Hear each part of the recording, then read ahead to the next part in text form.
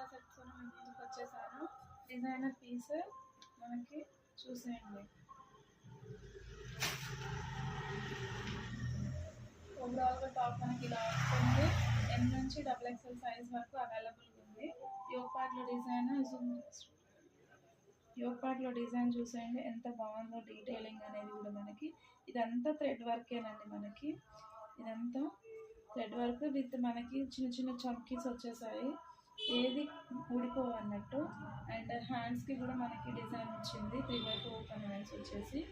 And pant వచ్చేసి మనకి self వచ్చింది. దుపట్టా వచ్చేసి మనకి కాంట్రాస్ట్లో వచ్చింది.